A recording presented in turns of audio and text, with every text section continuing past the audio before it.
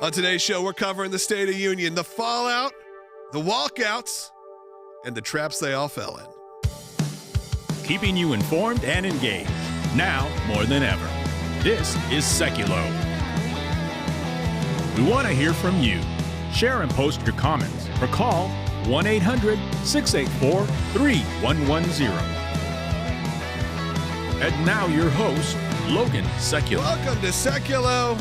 It's just Will and I today, because we figured it'd be me, you, and clips of President Trump giving the State of the Union, clips of the alternate State of the Unions, some of which, when they claim that things are so bad and we need to be taking things so seriously, and then you respond. Usually I tease these. Yeah, I know. I'm just going to say, for it. you don't even have to show it now. We'll show it later. Okay. But then your response is to be on stage with what do you call, Will, a group of frogs?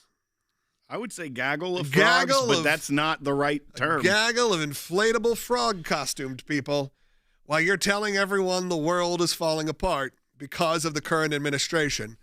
It makes you question whether we should be taking any of this too seriously. Now, of course, this comes on the heels of a State of the Union address, lasted about 2 hours, right? An hour and 48 minutes, which is the record for the longest State of the Union. And President Trump warned that to the Olympic team as they were visiting the hockey team, which, was to me the highlight of the entire night, was bringing out, which happened pretty early, bringing out the Olympic gold medalists who won the hockey team, gave one of them the Medal of Freedom, or said he would be at some point. However, he warned them, this is going to be a very long speech, so, get comfortable. And it was.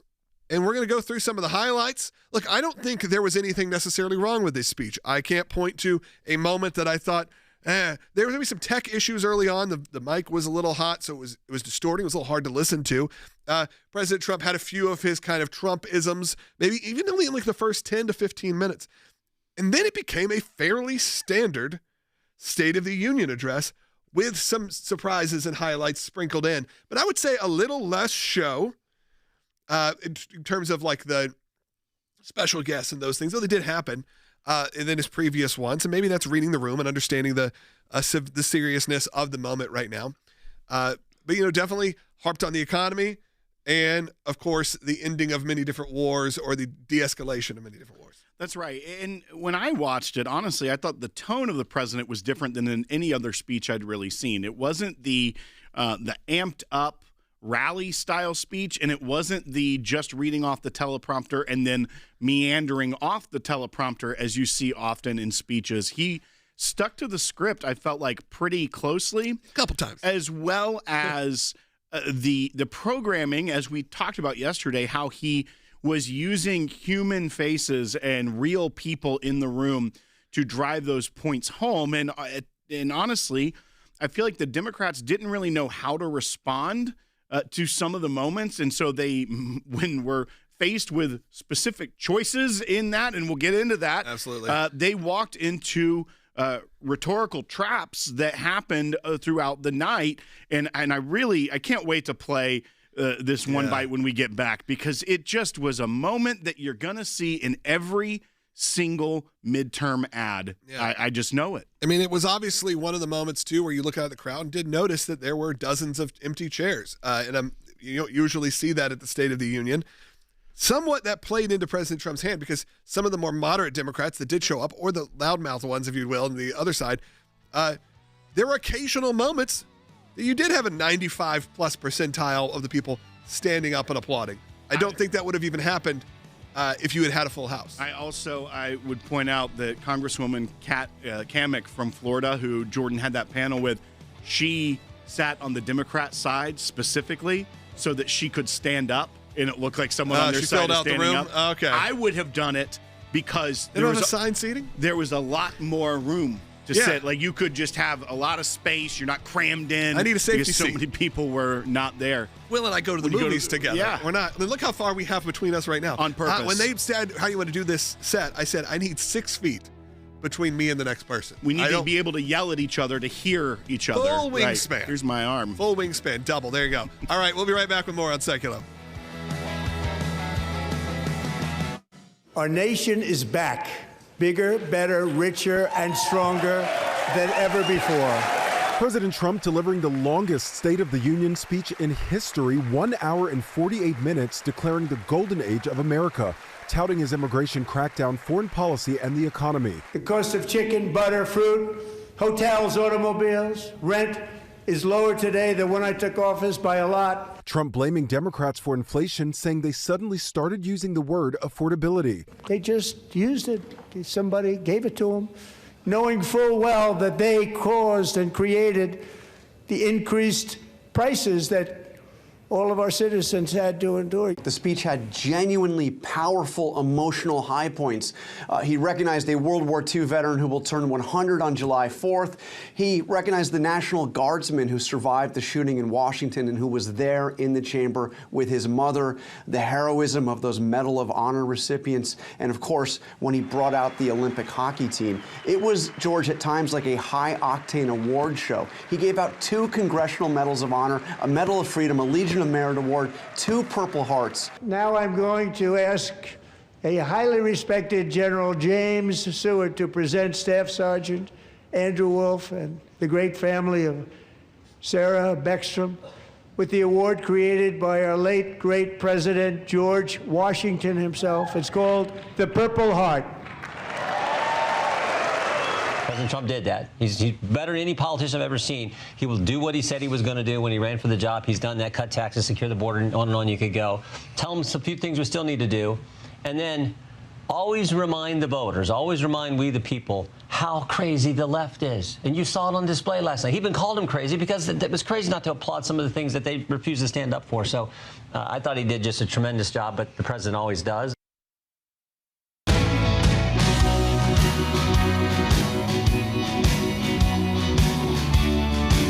Welcome back to Sekulow. We are taking your calls today at 1-800-684-3110. Also, I didn't even say that, I think, in the first segment. Phone lines are open. I want to hear from you. What do you think about the State of the Union? Did you watch? Did you not watch? I know a lot of friends who decided, even those who are more conservative, decided, you know what? I kind of got a good idea from it. I'll check out the highlights later on social media.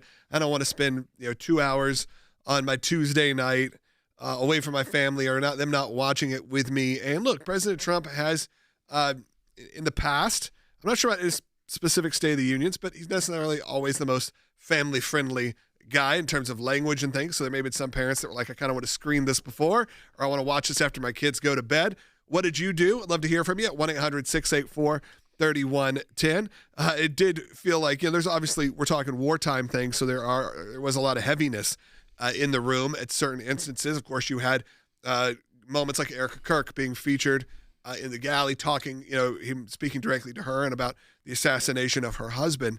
And I think that could not have come at a better time when really the healing of that whole situation still is lingering over the country and has become more and more fractured and chaotic. But I think that was appropriate to have her there. And again, I think that one actually got a pretty good standing ovation from the majority when he had a call to end political violence. That is something that we all stand against, political violence, that we should be able to have these conversations, across the room from each other, actually be able to debate and have discussions, shake hands, be friends at the end.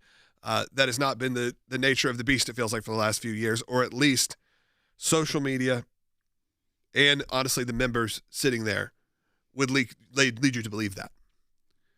But I was happy to see those applause breaks happen occasionally that would unite the room.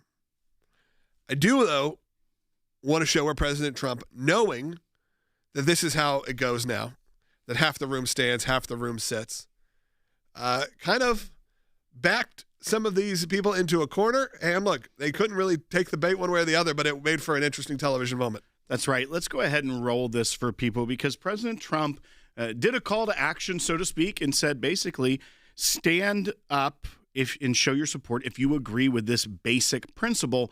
Let's play it. And if you're watching on YouTube, Rumble, Salem News Channel, you'll see the visual and we'll talk about it afterwards. But this is bite one from President Trump at the State of the Union last night.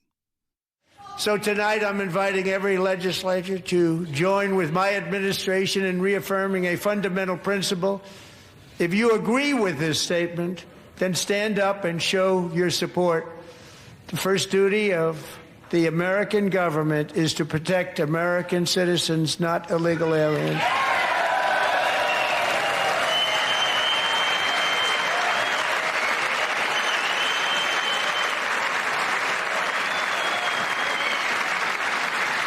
So you see that visual where half the room stands and applauds and half the room sits down.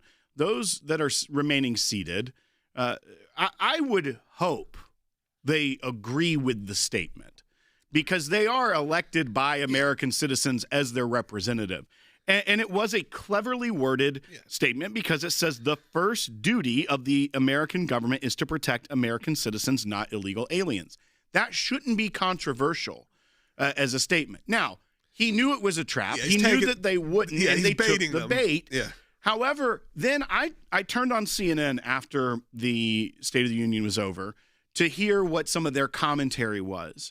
And the way that they framed that question, even with their panel, when they were discussing it, and they had kind of a focus group that they spoke with, they said, and then he had that moment where he said, stand up if you don't support illegal immigrants.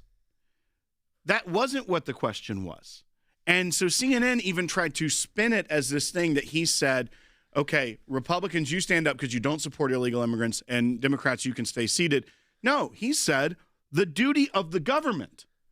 You can stand up even if you have the most far out there left-wing ideology that illegal immigrants should be given very close to citizenship as soon as they get here. Yeah, full rights. You could probably still stand and say that the duty of the government is for the American people first. That's not controversial, and yet they fell into the trap, and that is going to be used in every super PAC ad. Every single candidate running against a Democrat is going to run that portion and say, my candidate thinks that illegal immigrants are at least on par for protection of the U.S. government, if not more important. They would not stand and agree with this fundamental, basic principle. I want to take some phone calls. Let's go to Michael, who's calling from Florida, Online One, watching on YouTube. By the way, if you're one of the thousands of people watching on YouTube, you may have never seen us before. You may just be tuning in for the first time. We know about half of you often have never seen us before. I'm not going to ask you to donate, support financially. I'm going to ask you just to click that subscribe button. No, that helps us out a lot. So go ahead and hit that subscribe. Throw the thumbs up. You can hype the video, I think, as well now. We appreciate all of the YouTube engagement. We appreciate all of the support that way. But let's go to Michael, watching on YouTube in the great state of Florida. Go ahead.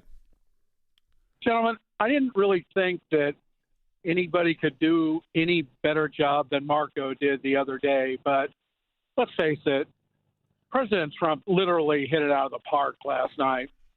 And it was just so funny to me. It almost seemed like an episode of Mean Girls on the left. Because when he asked that question, and clearly that's something that you've raised your hand to support and swear in with, and yet you sit? Yeah, of course, Michael. It was a bit of a bait, bit of a trick question, if you will, because he knows that he's not going to get many options many times where the left will stand up for anything President Trump is saying. I think it maybe happened, you could say, and there still was never 100% consistency. Maybe it happened twice. Maybe it happened majority for the Olympic team, and then again, it actually happened, maybe surprisingly, following the Erica Kirk scenario, and then a couple of the moments. The insider trading stock ban for members of Congress actually got quite a few members on the left, including Elizabeth Warren. That's been something she has talked about. Yeah. It was funny to watch Nancy Pelosi try to spin that on CNN later that evening. She was a guest on that panel. But as you said, there were moments. It wasn't completely that they had no soul, like with the Olympic team. However, some of the other moments, the mother of the woman that was Ukrainian that was murdered in Charlotte stayed seated for that. Yeah. There was so many other moments where there was no real reason that you could even politically say, I'm going to sit down because I don't agree with a policy or a statement here, but instead I'm sitting down just because I cannot stand the man who is saying it. Yeah, and I mean, again, it's nothing new. This has been kind of par for the course for probably since the founding of the country, where you have really a really hard line between Republicans and Democrats and their willingness to either stand up or support or not support. But there were moments that you had that. I think overall, and you said, do I think it was better than the Marco Rubio speech? They're very different. Obviously, State of the Union is going to be a very different tone. It's always going to have a little bit more pizzazz to it. It's going to be a little bit more of a show. There's going to be those moments, the Medal of Freedom moments. There's going to be moments that people are addressed in the crowd. So I think that you can not necessarily put apples to apples in those. I do think in terms of a President Trump speech, I can't think of, and maybe I missed some of it occasionally here and there, I can't think of a big gaffe or a big moment that I walk away going that was a big negative. And I don't think I think that's pretty rare for any president, by the way. I don't think that's necessarily even rare for a Republican or Democrat. I think most of the times there is something that kind of is missaid or you're doing a 2-hour speech. It's not always going to be perfect. I don't know if it was the best one of the State of the Unions I've heard, but I didn't walk away offended by it, or there was not anything I walked away going, oh, they're going to have to answer to that. It felt pretty standard. I didn't necessarily check the post coverage, so that was where you did, because it was so late, to be honest. Well, I was ready to go to bed. and to be honest, we see on CNN even their kind of focus group and polling they did. We can play this later, but they saw that pre-speech, and this was their own internal polling, speech watchers said that his policies will move the U.S. in the right direction. That was at 54%. So even their poll, which I feel like with the State of the Union is probably going to skew more conservative. I feel like if you absolutely cannot stand him, you're not going to subject yourself to 2 hours of a speech unless you just want to rage watch it. But 54% said his policies will move the U.S. in the right direction. After the speech, their same group that they polled, it went up to 64%. So of the people that watched the speech, they liked what they saw. I would say that's probably criticisms on style, the length, is hard for really anyone to just carve out 2 hours of that type of speech. But I do appreciate how it was vignetted, that you could pop in, turn on the State of the Union, and see little stories with little policy perspectives and moments, and watch 2 or 3 of them. And I feel like you still kind of understood the rest of it, because it was celebratory. It was very American. America is doing well. We are back. It wasn't this negative, we are still destroyed. We are making our way back. Now, better. some members maybe want you to think that. It got a little loud. It got a little aggressive. So at least add a little flair to the night. It's okay. Everyone wants a good heckler once in a while, right? We'll get into that. We'll play that when we get back. Hey, I did want you to take a look at the work of the ACLJ and what we're doing right now. You've heard about our work at the Supreme Court. I'm going to dive into that a lot more coming up throughout the show. Go to aclj.org for more information, and we'll be right back in just a minute. Pro-life, First Amendment stuff, Brian Hammond, again, up in Illinois. Yes. What's going on up there? He is a quiet sidewalk, he prays, sometimes has a sign. Also was told, you can't be here. Now, again, he stands where he's allowed to be, and yet, again, threatened with arrest constantly, harassed by the police. He is not making noise. He is not trying to impede people's entrance into the abortion clinic. He is just feels like it's his calling to be there, to shine a light, to hold. This is, again, kind of classic American speech, is that people, we get used to it in America, is that if you're going to have freedom of speech, you're going to see speech you don't like. And it's very tough to police that for everybody, because some things other people would like, other people would not dislike, and maybe even hate. And some things you like, other people would dislike. So we have to live with that. That's part of living in a country where we're going to allow people to have freedom of speech and freedom of religion, and to have those freedoms. And so, again, takes you back to kind of these original cases, these cities and towns, especially when you have the abortion industry involved. They've never stopped fighting. Either all the views are allowed in that area, or it's some kind of zone that free speech is not allowed. Then we're going to call it, this is not a free speech zone. And ultimately, we win on these cases. Yeah. What we have to do with the ACLJ, and when, again, working with these great clients and our supporters, is they realize it's not necessarily round one. And even if you do win in round one, they can take you to round two. And then ultimately, we're always confident, if we're going to the U.S. Supreme Court, that speech and the freedom of speech and the freedom of religion ultimately win out in our country. And we hope that kind of remains. I mean, that's what keeps America America, is the freedom of speech and the freedom of religion.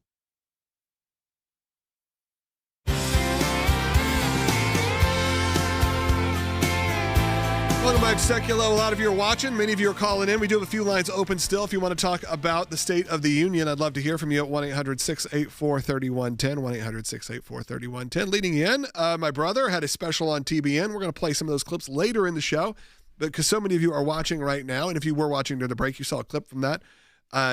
We'll play a little bit of that later on in the broadcast. But right now, I want to hear from you, because it went so late.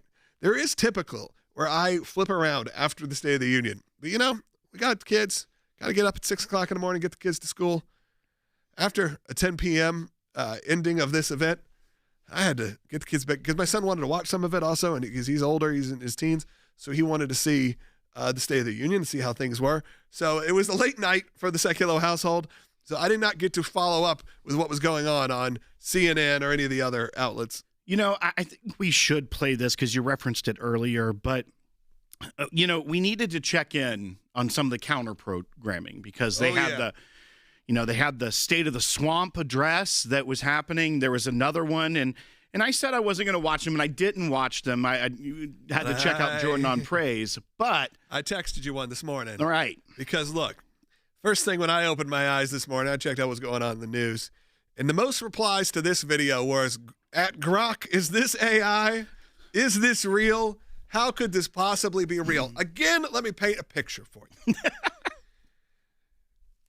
Dozens of people that should have been in that room decided to protest because of how serious the nature is of what President Trump is saying, and how much they vehemently disagree with him and think he's like sitting in the room with a fascist dictator. That's the premise. These times in this world are so serious right now that we have to hold these counter events, because it's too hard for us to sit in the room with someone that we think is, again, a fascist dictator. How are we going to counter program that? Should we come up with something very serious, very heavy, somber, sing some songs and really just get in that moment of maybe prayer for the country or intense thoughts for the country? They're probably not praying, but they're giving some thoughts. They're giving some thoughts for the country. Lots of thoughts. Lots of vibes. Lots of good vibes. Bad vibes. There were vibes. So when I did look to my social feeds this morning to see, what were the count? I didn't even see it because it just showed up right in my feed. I didn't have to go looking for this. So let's set up what this counter event is, and then the visual of this, again, I have to reiterate, is real, is not AI. It is 100% legitimate. That's right. Let's go ahead and play. This is from the Congresswoman Maxine Dexter. She is a Democrat from Oregon, and here was her bold, brave. By the way, hopefully those of you who are listening will tell you afterwards what you're missing out on, but you should see this. You should be watching on ACLJ.org. Here we go. Bite 16. I'm a mother. I am a physician, and I have a flag. And I am the proud representative for Oregon's 3rd Congressional District. Yes, thank you. And tonight, I defy Trump and his authoritarian project by standing in joyful, radical, peaceful resistance with the Portland Frog Brigade. You could not hear that clearer. She says, and tonight I defy Trump and his authoritarian project by standing in joyful, radical, peaceful resistance. No problem with that. She has a big sign in front of her that says defiance. With the Portland Frog Brigade. And if you were not watching this, what you are missing is about a half dozen. There's 7 on stage and about 6 or 7 off stage as well. Those guys didn't get the top bill. That's the second line of brigade. They're like the Blue Man Group that tours. Right. They didn't get the main. They're not the main Blue Man Group. These are people in cartoon-styled inflatable frog costumes. Cartoon frog costumes. Not even like a Mickey Mouse. We're talking about a blow-up frog. And in those moments, you do have to take a real step back and realize how much the seriousness of this, and how much this is political theater, and how disconnected they are, that they think that this is what's going to go over with the American people. You're telling me that the world is crumbling. We're in the midst of a world war, that all of this, is happening because of a fascist dictator, an authoritarian, President Trump, and all of this, and we're going to hold a protest, and your serious protest, by the way, which should be reaching outside of Portland, I understand this may work in Portland, is a dozen people in inflatable frog costumes. I don't care what it is she has to say. It is completely made invalid by the visual. Is it funny? Sure. Did I think this was supposed to be funny? I don't think so.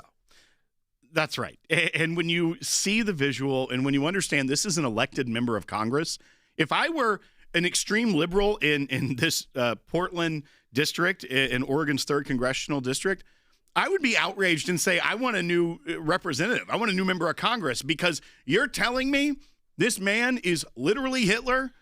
You've been telling me that for years, and the best you've got is frog costumes. They are such an unserious group of people, and that's why when people wonder, why does Congress as a whole have such low approval ratings? Maybe it's because that's the best they got. Yeah. The best that this member of Congress in this state of the swamp speech and counter programming could do is Frog Brigade, which I looked up, a group of frogs, not a gaggle, an army or colony of frogs, but this was a brigade. I would tell you this was more of a colony. Yeah. Very communistic. If you would give me one of the three options there, Yeah. Army, Brigade, or community, or what was it? Colony. Colony? Yeah. I'm going frog colony. And when you just hear that you have to realize one of two things are true. Because of what they have projected that Donald Trump is. Either they are lying to the American people, which I believe that they are, and because if he is as bad as they say he is, can you imagine during World War II if the resistance to the Axis powers were going around in frog costumes saying, I defy you, Mussolini?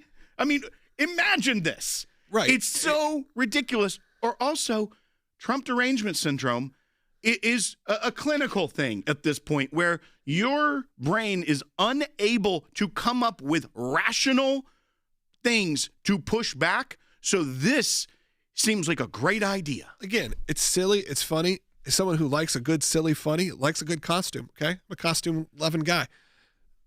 I just find it to be so insincere when it matches what the content is. If you had a fun rally, and this happened, you brought up, this is a political rally, a big show, sure, bring on the Frog Brigade. It doesn't bother me at all that these people exist. But when you bring it up during a time where you are literally questioning not only whether the president of the United States can be doing what he's doing, but you're calling him racist. You have people chanting that people are being murdered in the streets. If you truly, sincerely believe that, this would not be the way you responded.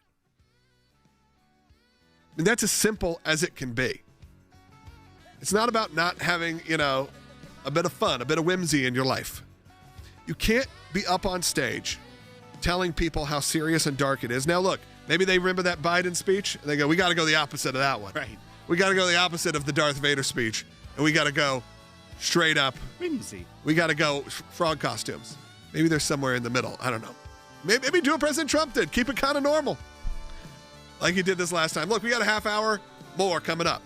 Some of you don't get us in your local market. You missed those frog brigades if you did, if you're just listening anyway. So you should be joining us online, aclj.org, 12 to 1 p.m. Eastern time. We're live every day. You can find us there. You can also find us on, YouTube, Rumble, Facebook, wherever you get your pods. We'll be right back. Some people think champions are bored, that it's a title that requires something only a handful can ever possess. But being a champion only requires a decision. Choosing what is right even when the loudest voices in the room say it's wrong, or that it can't be done, and then following it through no matter the cost. It can be a difficult stand, but it's one any of us can make, including you. You can change things. You can make a difference. You can be a champion. We cannot do what we do without you. By becoming a monthly donor, you can become a champion of life. A champion of liberty. A champion of freedom. Please join us. Become an ACLJ champion today.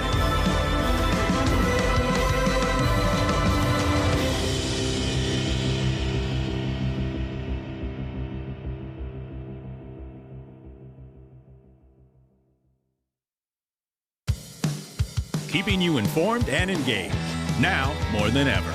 This is Sekulow. And now your host, Logan Sekulow. Welcome back to Sekulow, second half hour. Of course, we're covering the State of the Union, chatting it all out. You missed the Frog Brigade if you were not listening to the last segment, I'm sure. Look, there's a good chance we'll get back to the Frog Brigade.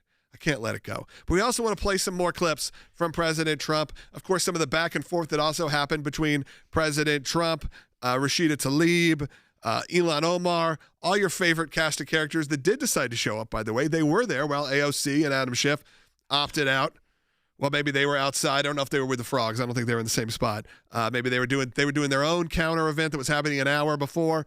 A lot of these kind of moments, they're all political theater, if you will. I do think maybe we should play a little bit of the Trump back and forth where you can hear some of the heckling that was going on, because I don't want to cast this as if it was one of the more calm ones of modern existence. There still was that pushback. And look, I'm okay with a little pushback. I don't think that there's anything wrong with our political figures having some kind of debate. Whether this is the appropriate space for that debate to happen, that's a whole different story. But maybe we could set this up. President Trump, you'll hear him start talking about situations. Obviously, it's about ICE, and they are starting to infer about Minnesota, which obviously is why you have Representative Omar responding.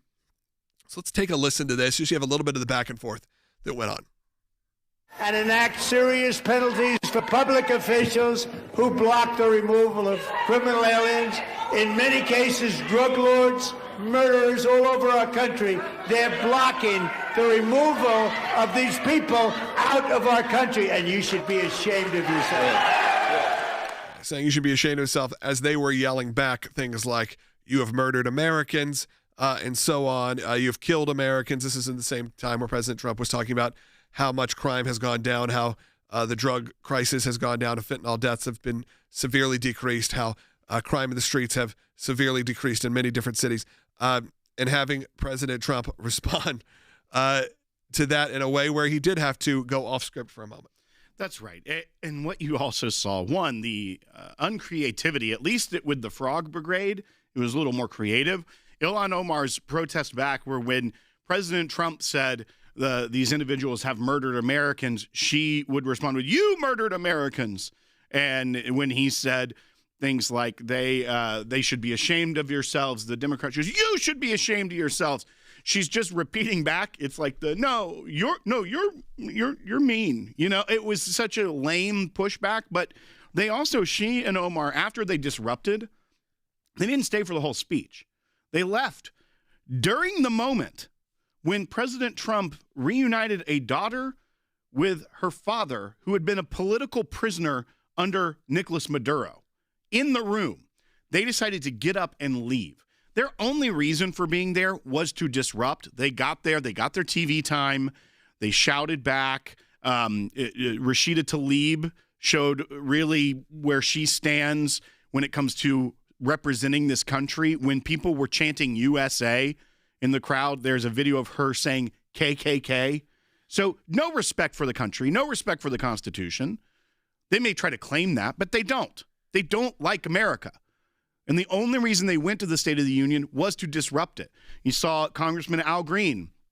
He's got a 2-year streak of getting thrown out now. Like the first 5 minutes. Yeah, I don't think he's going to have a congressional seat soon because of redistricting in Texas. But at least he's got to keep the streak alive, right? And it was just there. Really, I don't mind consistency. A lot of the absurd moments, though, came from the people that were specifically there to disrupt it. Yeah. Hey, we got 2 more segments left. I got 4 open lines for you.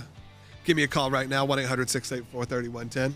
What, you got something to say, Will? No. Oh, you did a little... I'm excited. Did a hand waggle. The ACLJ is hard at work, too, even just looking at some of these highlights. Hey, if you're interested in what's going on in California, we're out there right now As we know, the governor there in the California politics, they're trying to bankrupt a church, Calvary Chapel, San Jose. We want to take this to the Supreme Court of the United States. Be a part of it. ACLJ.org and sign that petition. Or, if you can today, become an ACLJ champion, someone that gives on a monthly basis. Do it at ACLJ.org right now. I appreciate it. Give me a call, though. 1-800-684-3110. I'm going to take as many of calls as I can. Be right back. If you agree with this statement, then stand up and show your support. The first duty of the American government is to protect American citizens, not illegal aliens.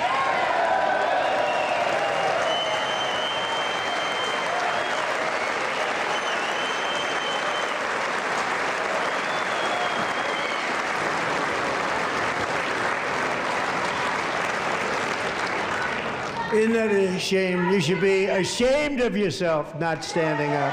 You should be ashamed of yourself. That is why I'm also asking you to end deadly sanctuary cities that protect the criminals and enact serious penalties for public officials who block the removal of criminal aliens, in many cases drug lords, murderers all over our country. It was a very shameful display. There was a couple of times, there's a couple of House members that I probably could have ejected from the chamber because of their behavior, but the president handled it so well, and I decided not to do that because, I thought it would be better for the American people to see that, to see the shame that they were bringing upon themselves, and they just continue to do it. They stood at the wrong times, and they refused to stand when they should have. I mean, they stood and applauded themselves for voting against the working families' tax cuts. So they voted to impose the largest tax increase in history on the American people, and they clapped for themselves. I mean, that video is going to be very valuable to us in the future. And on the contrary, they refused to stand when the president said, answer this simple question. The first job of the government in the country is to defend Americans and not illegal aliens. They sat on their hands for that. The speech was mostly about safety and security and prosperity of the American people. Democrats, they were outraged. Well, thankfully, they are not in charge. And come November, well, we still have the single most important choice, midterm election in our lifetime.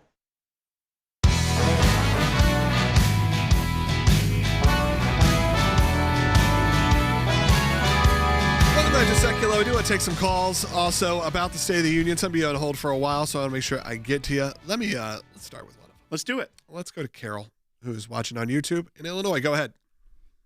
Hello, yes, this is Carol calling, and I just wanted to say how deplorable the Democrats were when they could not clap for our American-Canadian hockey team, nor did they clap for that lovely little girl who was hurt completely, where she could, they said, would not walk or talk when she was hit by a truck driver, and I won't say what kind of truck driver. Yep, Carol. And yet here she is today, able to go to school and is talking. And I just think it's deplorable of the Democrats that they don't have more backbone. Well, and Carol, that was part of the point to some degree, that why President Trump raised these issues. It is a midterm year. All eyes are kind of on that, as every member of Congress that was in that room and not in that room, if they are in the House of Representatives, is up for re-election in just a few months. I mean, it's November, but last year felt like it flew by. The fact that it's almost March now also is kind of crazy, how quickly we are going to get to those midterm elections. You're going to start seeing ads after ads after ads if there's not a primary in the summer. If you're in many states, you're probably already seeing those ads. So I feel like for many of those individuals, they were making a political choice. Yes, does every single Democrat not think that's a good story, that girl miraculously has made recovery in many ways after being hit by a truck driver that was here illegally?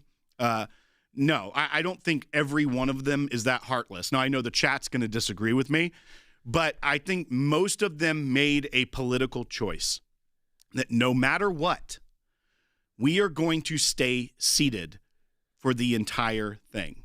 And I understand that. I understand they don't want to give their opponents in a political race any sort of fuel to their ads to be like, look, my opponent in the primary supports Donald Trump. Here they are seen standing at the State of the Union.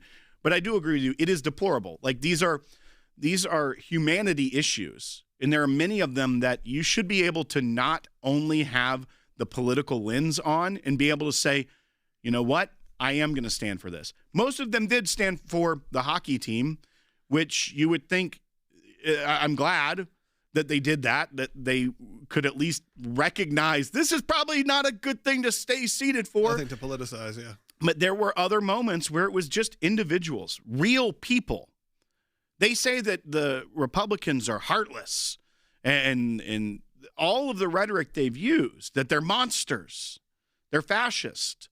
But at the same time, they're the ones who will not stand for people who have overcome so much or celebrating American heroes that served in World War II, Korea, and many other conflicts. And the helicopter pilot from the Venezuela mission. Mm-hmm. There were so many Democrats that chose not to stand. And that's where politics is toxic, because you can't even stand for your own fellow countrymen. And speaking of that good moment with the U.S. men's Olympic hockey team, let's go play a bite from there. Here's President Trump, bite 13.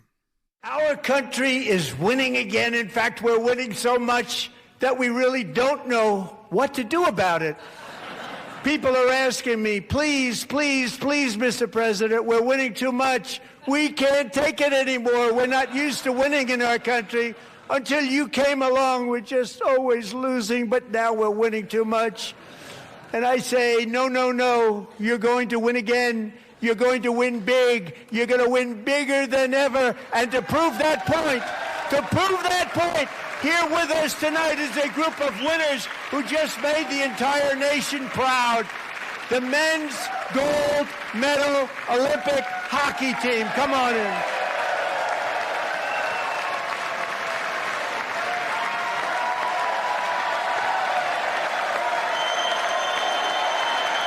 I like this moment. This was a moment that I called my kids into the room and said, you got to come see this. Of course, we were all following that Olympic win, which was a great moment. Like I said, a moment I think America needed, a moment where we all were united briefly, watching the men's Olympic hockey team and the women's Olympic hockey team, by the way, too, taking home the gold. And I believe they've been invited to the White House as well.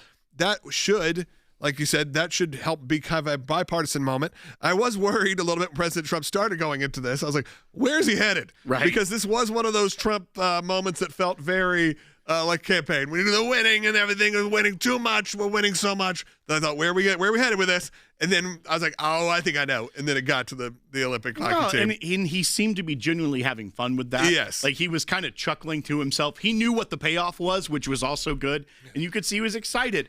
So much so, I can assure you, none of our team was running the audio. If you heard that, it was real rough, and none of our team would have ever let that happen. So whoever in the House of Representatives I actually want to speak to running that it. because they make a big deal if a president wears an earpiece or something like that during this. A lot of times, like they're feeding him lines. In the debates, always happens. There's a reason why some people do, and that is so you could say, "Hey, President Trump, you're peaking. Back off a little bit." I know we don't do that, but like we do live in a world now where all of this is broadcast to the entire world in real time. I don't think it would have been that bad to have a producer or director in the ear of the president just to let them know if there was a technical issue. Right. Because the first 10 minutes of this, there were quite a few technical problems. And when that happens, I'm not saying it turns off people with the content you're saying, it turns off people physically. They physically will have to turn the channel. My wife was like, this is painful to listen to. That is the kind of problems you have when you have a great moment like bringing in the hockey team, but you're trying to react to the moment in the crowd and obviously President Trump understands how to reach millions of people worldwide, but not having that technical oversight is a bit of an issue. Now, we do know how they do it. They bring the president in right before it happens. We see them drive over. All of this happens in real time. It's not like there's a lot of rehearsal going on with the president himself. Right. But maybe you tech wizards who are out there, we need to figure that out going forward. I've also never heard it like that during a State of the Union, No. and it happens once a year. You get that speech. Now, It's not a daily broadcast. Our team is able to pivot and make adjustments on the fly, but it took a while for them to correct it, too, which I also thought was interesting. They could control their feed. They could control how much audio was going in and out. That's where it was concerning to me. But this is probably boring everyone. I was talking about the tech side of it. I'm talking just about, I know that politically it doesn't necessarily look good to have an earpiece in and those kind of things. People have concerns about that. But there are moments where tech could get involved. But also, if the president were wearing an earpiece, that would be the conspiracy theory that's what being fed the lines. I mean, that's what the Kamala Harris earring debacle, where I think that is a earpiece I forgot about that. in the debate. And so those are the type of things that as a politician you have to I understand why, but I also think we live in a modern technological state where I think maybe we can go forward with that. Let's take another call before we get to break. Let's go to Ashton, who's calling in South Carolina, watching on Rumble. Go ahead. Hi, you guys hit the nail on the head with the Democrats. They're so unserious, frog costumes. I'm the grandson of German Jews, and I got to tell you guys, I could never wrap my head around how the Nazis got everyday Germans to go along with them. But now, thanks to MAGA and bootlickers like you. Okay, I know where this was headed. I knew where this was headed. I could feel it from the second that it was happening. But you know what? That's what happens when you have a live show. If you're kind, be honest. If you were honest, if you had told our phone screener, I didn't like anything President Trump had to say, and I would like to go on the air and talk about it, I would have put you on the air. You would have actually had a real moment to share your opinion, because I do care about, when I say you're the most important voice in the room, I mean it. But when you lie to a phone screener and you get on a show and you start saying things that are going to lead to likely a profanity-laced rant, you're not going to make it on the air. I'm sorry, whatever you want to say, whoever you are. Phone lines are open for you, though, who are watching right now. If you agree or disagree with anything I have to say, I'm happy to chat it out. Just be honest to the phone screener. Yeah, there are rules. Okay, Ashton from South Carolina. Yeah. Just play by the rules. Yeah, don't tell lies, Will. Right. Yeah, no more lies. 1-800-684-3110. 1-800-684-3110. We do have one more segment coming up. I would love to hear from you. Though this is the coverage today, the work of the ACLJ continues. There was an hour-long special that aired before on TBN last night, really talking about the work of the ACLJ and how hard we've been working at it for the last 40 years, nearly. And I want you to be a part of that ACLJ family. You know the legal work we have been working on. Legal team, we're in the middle of a lot of different fights currently. We have an amicus brief right now at the Supreme Court protecting elections. We're preparing a 21st federal court filing. That's pretty crazy. To protect executive authority. We also are fighting in California, the ones that are really important are churches like Calvary Chapel, San Jose. They're being fined over $1 million still. And we're trying to help them out. Obviously at no cost to any of these clients. That is because people like you support the work financially. Or even just in your prayers. Or even just by subscribing on YouTube. There's a lot of ways you can get involved. If you can donate, great. But if you can't, there are plenty of ways to get involved. Then go to aclj.org. Become an ACLJ champion if you can. If not, just support the work. Tell your friends. We'll be right back with your calls and comments coming up. Our nation is back. Bigger, better, richer, and stronger than ever before. President Trump delivering the longest State of the Union speech in history, 1 hour and 48 minutes, declaring the golden age of America, touting his immigration crackdown, foreign policy, and the economy. The cost of chicken, butter, fruit, hotels, automobiles, rent is lower today than when I took office by a lot. Trump blaming Democrats for inflation, saying they suddenly started using the word affordability. They just used it. Somebody gave it to them, knowing full well that they caused and created the increased prices that all of our citizens had to endure. The speech had genuinely powerful emotional high points. He recognized a World War II veteran who will turn 100 on July 4th. He recognized the National Guardsman who survived the shooting in Washington and who was there in the chamber with his mother, the heroism of those Medal of Honor recipients, and of course, when he brought out the Olympic hockey team. It was, George, at times like a high-octane award show. He gave out 2 Congressional Medals of Honor, a Medal of Freedom, a Legion of Merit Award, 2 Purple Hearts. Now I'm going to ask a highly respected General James Seward to present Staff Sergeant Andrew Wolf and the great family of Sarah Beckstrom with the award created by our late, great President George Washington himself. It's called the Purple Heart. President Trump did that. He's better than any politician I've ever seen. He will do what he said he was going to do when he ran for the job. He's done that, cut taxes, secure the border, and on you could go. Tell him a few things we still need to do. And then always remind the voters, always remind we the people how crazy the left is. And you saw it on display last night. He even called him crazy because it was crazy not to applaud some of the things that they refuse to stand up for. So I thought he did just a tremendous job, but the president always does.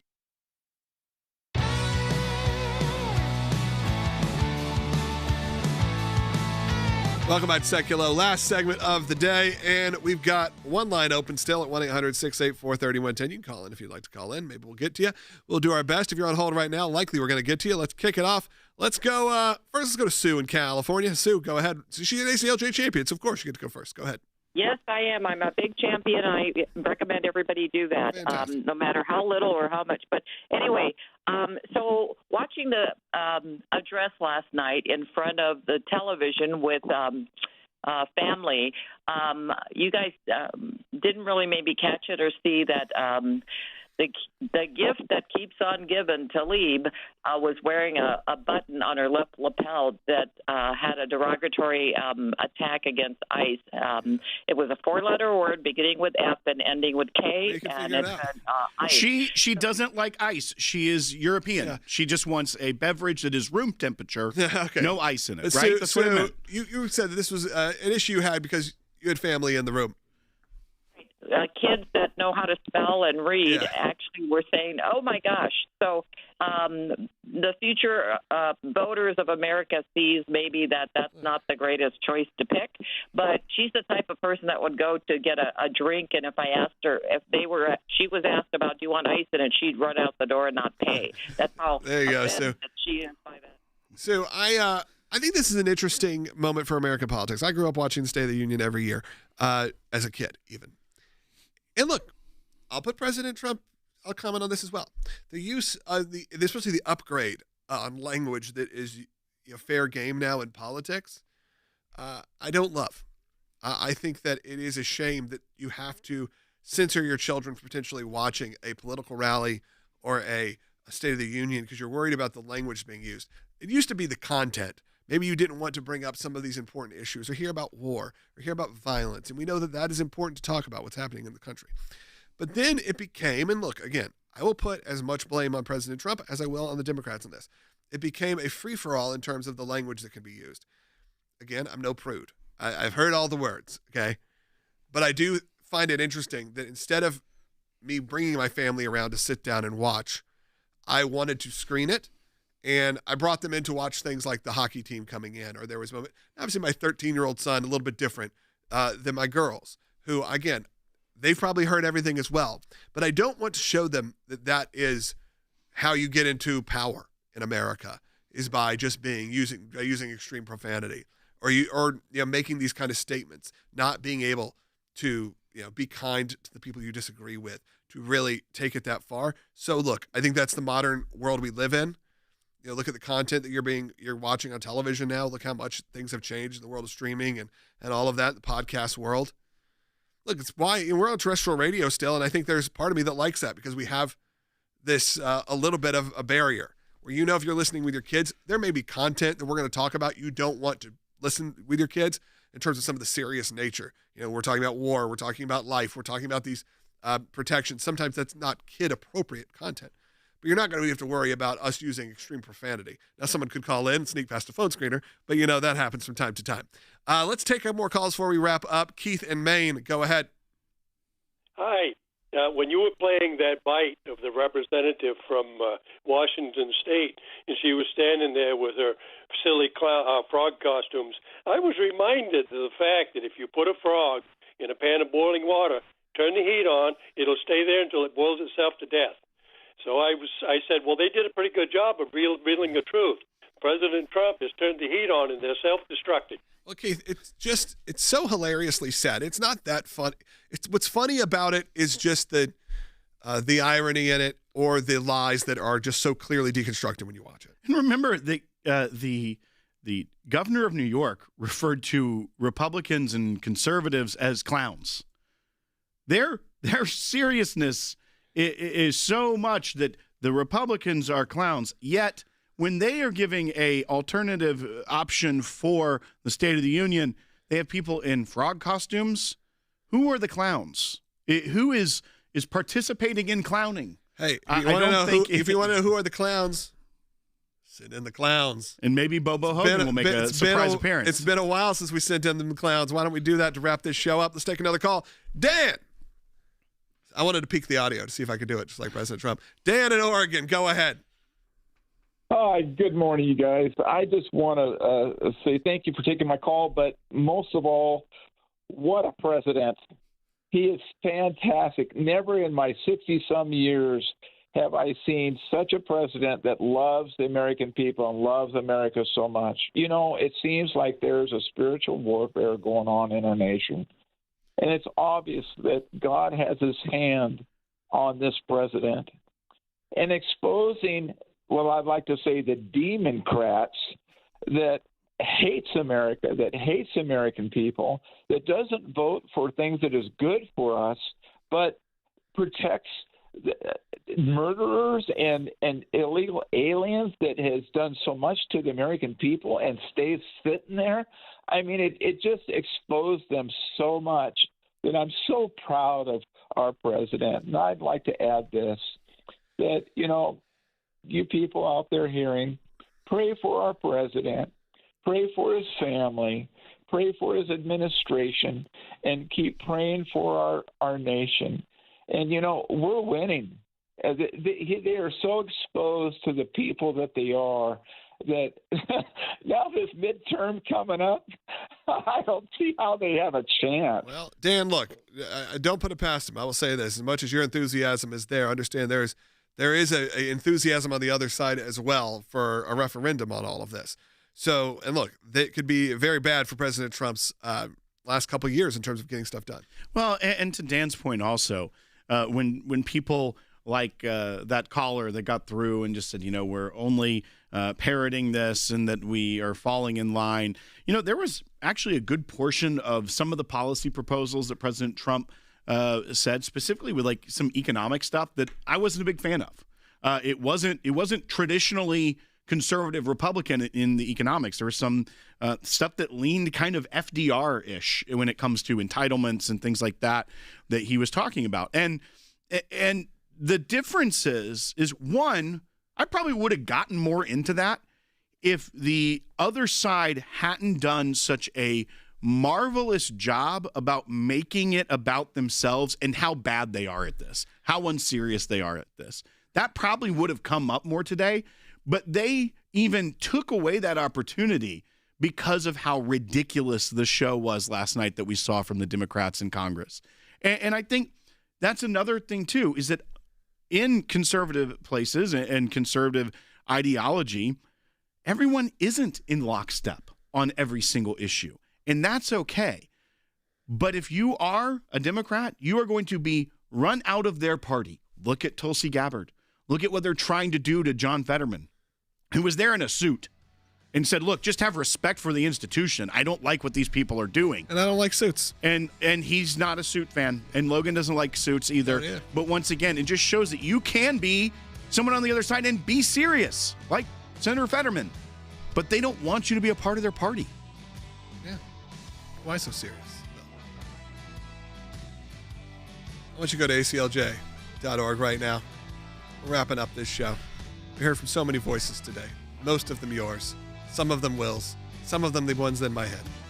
Oh, no. But I encourage you to go to ACLJ.org, support the work. We're in some critical legal battles right now. Hope you enjoyed the show today. I love seeing all those clowns and some frogs, too. You know, it's pretty funny. All right, with that, I appreciate it. Go to ACLJ.org for more information. We'll be back tomorrow with maybe a little more serious programming, Will. Less frogs? Nah, let's bring it back. All right, I'll talk to you tomorrow.